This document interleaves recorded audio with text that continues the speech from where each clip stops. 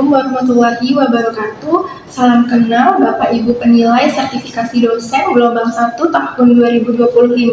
Perkenalkan, nama saya Cynthia Wulandari, Sarjana Farmasi, Magister Farmasi, adalah salah satu dosen tetap program studi farmasi Fakultas Matematika dan Ilmu Pengetahuan Alam Universitas Papua. Video ini dibuat untuk melengkapi persyaratan dalam pengajuan sertifikasi dosen, yaitu pernyataan diri dosen dalam unjuk kerja Tridharma Perguruan Tinggi atau PD UKT PT dalam bidang pengajaran. Pada kesempatan kali ini, mata kuliah yang akan saya ambil sebagai contoh dalam video pembelajaran adalah mata kuliah Manajemen Farmasi. Manajemen Farmasi adalah mata kuliah wajib pada program studi farmasi yang terdapat 2 SKS sebagai pemaparan materi dan problem solving yang didasarkan pada studi kasus pada mata kuliah ini. Pembelajaran dalam mata kuliah ini menggunakan metode Delivery Interaction and Assessment atau DIA yang bisa dilakukan secara offline maupun online. Deskripsi mata kuliah Manajemen Farmasi adalah berisi materi penjelasan tentang pembelajaran manajemen farmasi, manajemen operasional farmasi, manajemen SDM farmasi, pengelolaan keuangan, manajemen supply chain, aplikasi supply chain, manajemen pengelolaan layanan farmasi, serta mempelajari tentang manajemen resiko dalam praktek kefarmasian. Manajemen farmasi juga membahas tentang obat dan aplikasi manajemen farmasi. Capaian pembelajaran lulusan atau CPL pada mata kuliah Manajemen Farmasi adalah yang pertama, bertakwa kepada Tuhan Yang Maha Esa dan menjunjung tinggi nilai kemanusiaan, norma-norma, tanggung jawab, etika akademik dalam menjalankan tugas dan pekerjaan sesuai bidang keahliannya. Yang kedua adalah mampu berkomunikasi, membangun hubungan interpersonal, dan menerapkan prinsip-prinsip kepemimpinan di dalam maupun di luar lembaga. Yang ketiga adalah mampu memanfaatkan peluang wirausaha kerjasama di bidang kefarmasian untuk peningkatan kerja profesional. Adapun pokok pembahasan dalam mata kuliah Manajemen Farmasi adalah yang pertama pendahuluan manajemen farmasi, yang kedua adalah manajemen pengelolaan mutu pelayanan kefarmasian, manajemen SDM, ada pula perencanaan obat, pengadaan, serta manajemen keuangan. Manajemen farmasi juga membahas tentang manajemen resiko, juga praktek pada kefarmasian.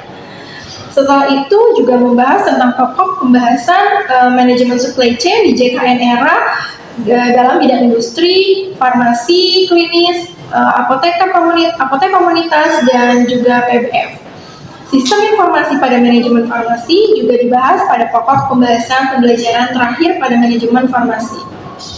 Dalam mata kuliah manajemen farmasi, referensi yang digunakan cukup banyak. Begitu juga menggunakan buku yang saya tulis sendiri dengan judul Manajemen Farmasi Era Digital. Buku ini dapat diakses oleh mahasiswa farmasi pada khususnya dan mahasiswa di luar Universitas Papua pada umumnya, dan juga bisa bermanfaat pada masyarakat luas. Adapun buku lain yang biasa digunakan juga ada dari Muhammad Hanif tentang manajemen farmasi serta referensi terkait seperti artikel dari dalam dan luar negeri. Materi kuliah ini juga dapat diakses pada website yang telah saya kembangkan, yaitu edumedic.com, yang juga terdapat video edukasi dan materi pembelajaran lainnya. Adapun aspek penilaian dalam mata kuliah manajemen farmasi adalah yang pertama, UAS dengan presentasi 20%, UTS dengan presentase 20%, keaktifan dengan presentase 18%, lalu ada presentasi secara kelompok 23%, simulasi case study 4%, dan tugas mandiri sebanyak 15%. Metode pembelajaran yang digunakan adalah berbagai teknik, yaitu seperti discovery learning, presentasi kelompok, studi kasus, ada games pembelajaran, juga problem based learning. Setelah itu, mari kita simak video pembelajaran yang telah kami buat setelah ini. Bismillahirrahmanirrahim. Assalamualaikum warahmatullahi wabarakatuh. Waalaikumsalam warahmatullahi wabarakatuh. Selamat pagi teman-teman. Pagi. Hari ini Alhamdulillah, luar biasa. Allahu Akbar. terima kasih teman-teman atas kehadirannya.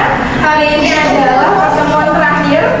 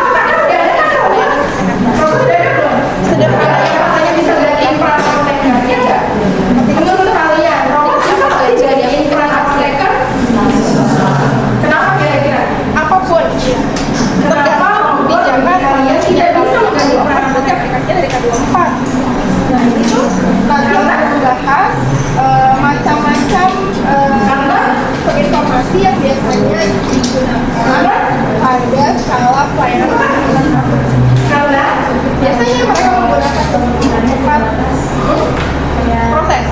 Zaman dulu banget kalau nggak pakai ini pakai apa? Manual, ditulis, resep ditulis, isi tulis, dan pelatihan aja kalau nggak dikasih dilatih. Cuman waktu ini tidak dipunyai seorang proses yang dibuat ini tidak dipunyai robot atau mesin. Mereka harus punya perasaan juga.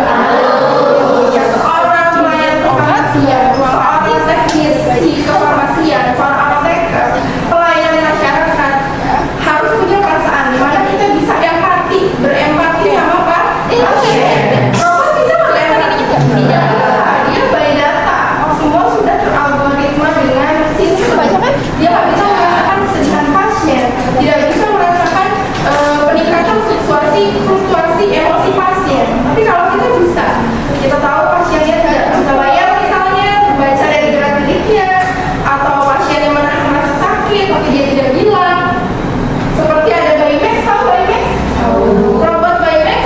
Nonton nggak? Nonton. Dia kan bidang kesehatan ya si Baymax ya. Tapi tidak diciptakan perasaan di luar dari keahliannya. Itulah yang kalian harus. Waalaikumsalam warahmatullahi wabarakatuh. Digantikan oleh siapapun, termasuk guru. Baik Ibu. Secanggih apapun alat. Alhamdulillah. Luar biasa.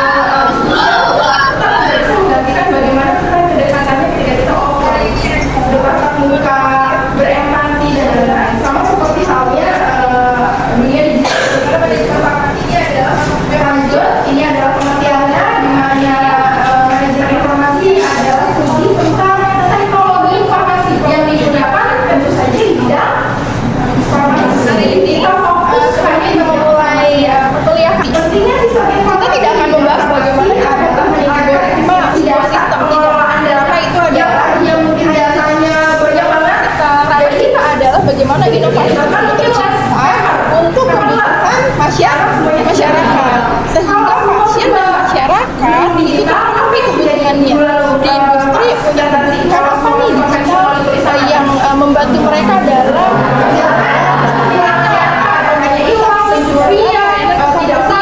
atau di dalam PBS mungkin pelayanan dan lain-lain.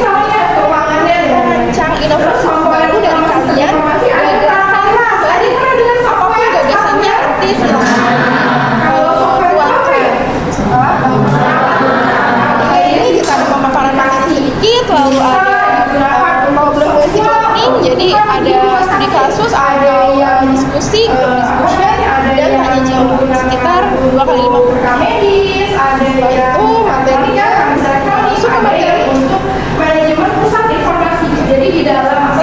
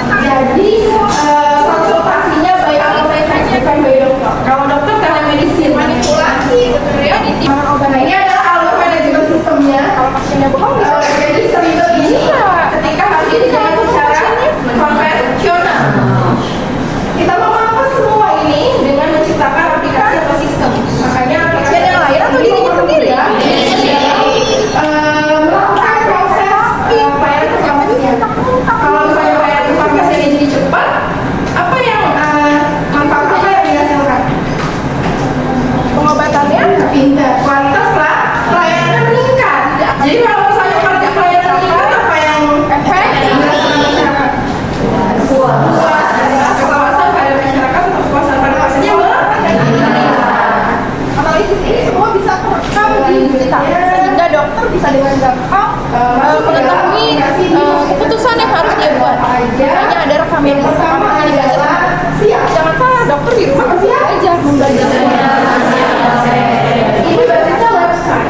Jadi pas jalan ke website dia pelajari sistem informasi ini adalah memang dia putuskan ada keputusan pengobatan. Ada informasi resep, pelaporan obat, operasional obat berarti mana SDM-nya, data jualan, pemasukan, pengeluaran, pulang ada gitu ya. Di sistem ini tablet atau jadi semua sudah ada di online, dia sudah tahu semua. Ini contoh dari pengembang yang mereka membuat SIAP ini, si siap ini, ya.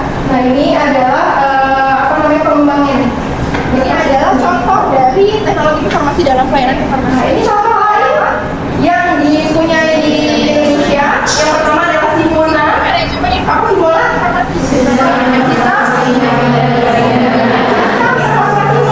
Dan pembinaan fasilitas pelayanan informasi.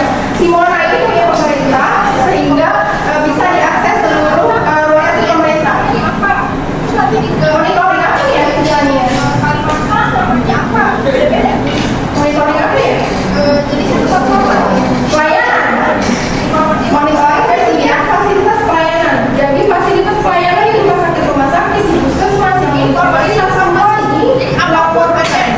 Misalnya di RSUD Bogor, kekurangan bed, dia bisa pengajuan dan lain-lain. Semua terdeteksi di sini. Ada sistem informasi pengelolaan informasi ini punya Kabupaten Subang. Wah, jadi saya bilang tadi, setiap daerah punya sistem masing-masing yang dikembangkan. Di Bogor, Dinkes Bogor sama Dinkes Jakarta, sistemnya sama tapi punya namanya yang berbeda. Nah ini contoh ketika teman-teman menerima resep digital di fasilitas farmasi. Ketika kalian buka komputer, ada yang kirim masuk dia di sini. Cek satu-satu.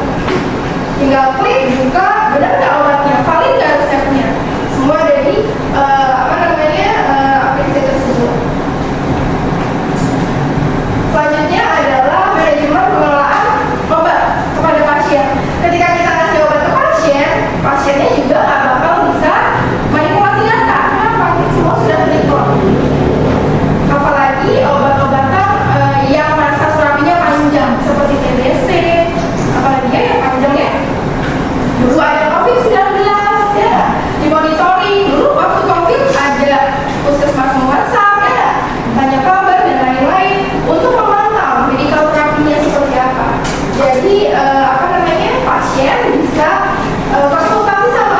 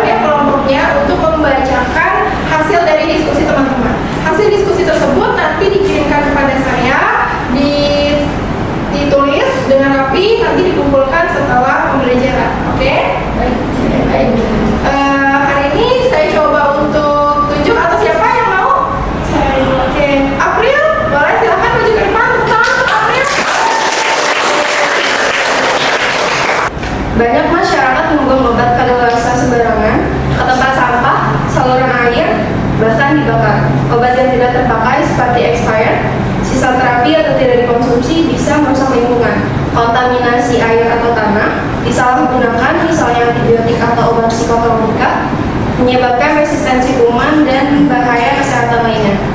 Tujuan aplikasinya yaitu mengedukasi masyarakat tentang cara membuang obat yang benar dan aman, menyediakan lokasi drop-off limbah obat terdekat, apotek atau puskesmas penerima, memberi notifikasi sebelum obat di rumah kadaluarsa, menyediakan kanal pelaporan limbah obat yang dibuang sembarangan, terintegrasi dengan BPOM atau Dinas Kesehatan sebagai data monitoring. Terima kasih, tepuk tangan untuk April. April duduk kembali. Siapa lagi yang mau membacakan hasil inovasinya? Oke, baik, silahkan maju ke depan untuk Kakak Robi. Baik, Assalamualaikum warahmatullahi wabarakatuh. Waalaikumsalam warahmatullahi wabarakatuh. Perkenalkan, saya dari kelompok 3 rumah sakit. Perkenalkan, nama saya Robi Jibrila, NPM 066121056. Di sini saya akan menjelaskan tentang inovasi tentang layanan kesehatan, yaitu mengenai aplikasi tentang monitor kepada pasien. Ya, jadi aplikasinya itu adalah aplikasi yang berbasis sistem Android atau iOS atau smartwatch, ya, yang dikolaborasikan dengan rumah sakit, yaitu pemantauan tentang obat, alarm obat, kayak misalkan kita aplikasi download, kita misalkan masuk ke rumah sakit, kita berobat, dan nanti yang rumah sakit menginput data tentang kesehatan kita melalui aplikasi ini. Nah, si aplikasi ini memantau misalkan kita seperti makanannya, obat-obatannya, dan termasuk alarm obat. Terkadang ketika pasien datang ke rumah sakit, dijelaskan kepada dokter, menjelaskan kepada pasien, terkadang pasien lupa. Betul? Betul. Maka dari itu dibuat aplikasi ini supaya tidak lupa. Ya, terima kasih untuk Kak Robi dan Kak April sudah membacakan salah satu contoh inovasi yang dibentuk dari tim masing-masing. Nanti untuk yang lainnya bisa dikumpulkan secara langsung kepada saya. Saya berikan bahwa saya juga membuat inovasi bersama tim teman-teman yang lainnya. Ada mahasiswa, ada dosen juga. Ini adalah inovasi kita di farmasi, bagian education atau edukasi farmasi, di mana website ini akan nantinya memang belum sepenuhnya dijalankan, akan menampung segala pembelajaran dan inovasi-inovasi mulai dari tingkat SMA. Jadi mulai dari tingkat SMA semua ada di dalam aplikasi ini, termasuk pembelajaran tentang kesehatan. Jadi anak-anaknya adalah edukasi kesehatan untuk mulai dari remaja hingga masyarakat luas. Di mana aplikasi ini sendiri adalah proyek kami dan sudah berjalan. Kita punya program waktu itu untuk memberikan edukasi pembuat poster digital. Ini adalah pengabdian kami kepada masyarakat bersama Kakak Robi dan teman-teman juga ikut membantu dalam pengabdian ini. Di mana pengabdian ini kita mengkolaborasikan antara anak SMA IT Design dengan edukasi farmasi, sehingga mereka bisa menciptakan portofolio atau pengalaman membuat poster digital berbasis IR, augmented reality ya. Jadi mereka membuat poster di mana poster ini yang bisa bermanfaat untuk edukasi kesehatan di farmasi. Di sini kita buat kejuaraannya waktu itu, ada kejuaraannya, ada juara 1, juara 2, juara 3. Ini dari SMA, tingkat SMA. Jadi mereka belum pernah sama sekali membuat tentang edukasi kesehatan. Kita latih, lalu kita berdayakan, lalu kita ikut lombakan mereka. Bentuklah ada kejuaraan ini waktu itu ya, tingkat sekolah. Nah, ini adalah peluangnya. Ada saya, ada Budian. Di sini ada saya, ada Budian, ada Bu Hanifa. Lalu mahasiswanya kita punya pengembangnya adalah Kakak Fikri dan ada Kakak Fajar. Ini pengembang dari website ini juga, ini membantu untuk mengembangkannya. Jadi dari sini kami ingin membentuk inovasi terbaru di bidang edukasi farmasi. Di dalam website ini semuanya nanti insya Allah akan ada video pembelajaran, terus ada edukasi konseling, semua tentang farmasi. Nanti kalau sudah developnya sudah selesai, nanti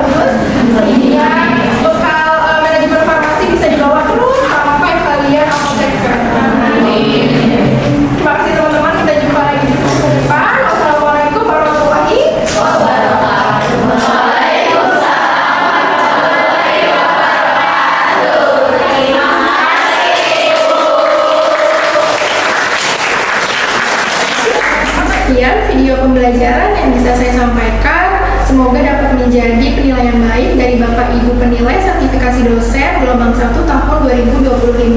Wassalamualaikum